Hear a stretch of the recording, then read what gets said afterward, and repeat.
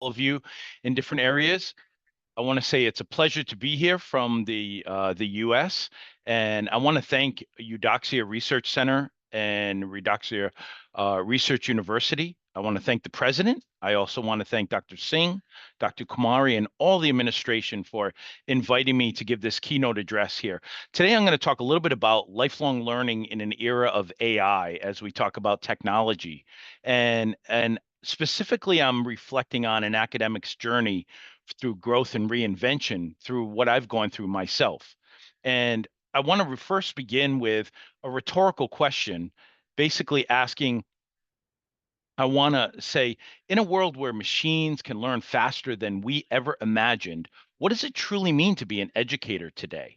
And for me, as someone who's built a classroom and career as a traditional academic, I've spent years in lecture halls and classrooms guiding students through theories and frameworks and strategies. And for a long time, I believed as an educator, it meant imparting knowledge and expertise with confidence and clarity. But then something shifted. And for me, I believe that being an educator meant imparting knowledge and expertise and confidence and clarity. But then again, as the rapid evolution of technology, particularly in artificial intelligence, challenged everything that I knew. At first, I viewed AI as skepticism, perhaps even a bit of fear. But after all, if machines could do what I did faster and more efficiently, where would that leave me? So, where I stand today, I can tell you that this journey, though it's been uncomfortable and a path that's been difficult, I feel that with adaptability, with courage to reinvent, and the desirable trait that's essential in a world that refuses to stand still. My journey as an academic began with a passion for teaching and a desire to make a difference. I thrived on dynamic exchange of ideas, like those aha moments that all of you have shared with your students, seeing their eyes fulfilled and looking at them growing and learning new things. For years, I've learned through traditional methods, trusting the tried and true ways of delivering knowledge. These methods have served me well, and I took pride in my achievements. But the world outside academia is changing very, very quickly, as we all know.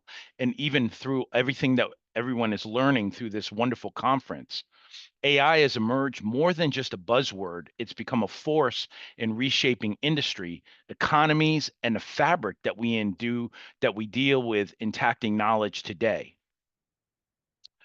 The challenge to change basically has come from, at first, I feel that I resisted. And I told myself that this was a trend, kind of a passing phase. But the deep down, I knew I couldn't ignore it. And I began to see AI not as a threat, but also as a challenging invitation to step outside my comfort zone and learn again. I always believe, and I always tell my students, my biggest statement that I always say to them is inspiration or desperation equals change. Basically, the shift is not easy. So admitting that I needed to return to the role of a student felt really humbling to me. After all, I wasn't supposed to have all the answers, but however, humility is often a starting growth here. So as I talk about my turning point, when I decided to dive headfirst into learning as much as I could about AI, especially myself coming from a management, strategy, and marketing background. I explored how I could integrate into education, helping students and educators alike enhance, not replace the human connection that I feel is so important. So I really began recently, openly, I began with my postdoctoral certificate in artificial intelligence that I'm working on today. I discovered tools that personalized experiences, automated routine tasks, as we all find so enhancing, and really providing insights that I, as a human, couldn't achieve alone. Most of Importantly, I discovered something about myself. The biggest thing was my willingness to adapt. And when we look at the power of adaptation, it's very critical. It's not about perfection, it's about being open, it's about staying curious, it's about recognizing change, that it isn't an obstacle, that it's actually an opportunity. In the process, I've seen how adaptability enriches every aspect of life. It's not just about technology, it's about flexible when facing challenges, resilient when facing setbacks, and eager when actually exploring new possibilities. I've also realized that adaptability is contagious. As I embrace new teaching methods, my students respond in kind. They actually look at innovative ways to learn. They saw me learning alongside them, making the classroom a space for mutual growth.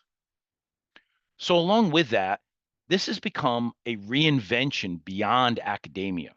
The journey of reinvention goes beyond the walls of the classroom. It's a mindset for life. And each of us here face the need to reinvent ourselves at different points in our lives. For some, it's a career shift.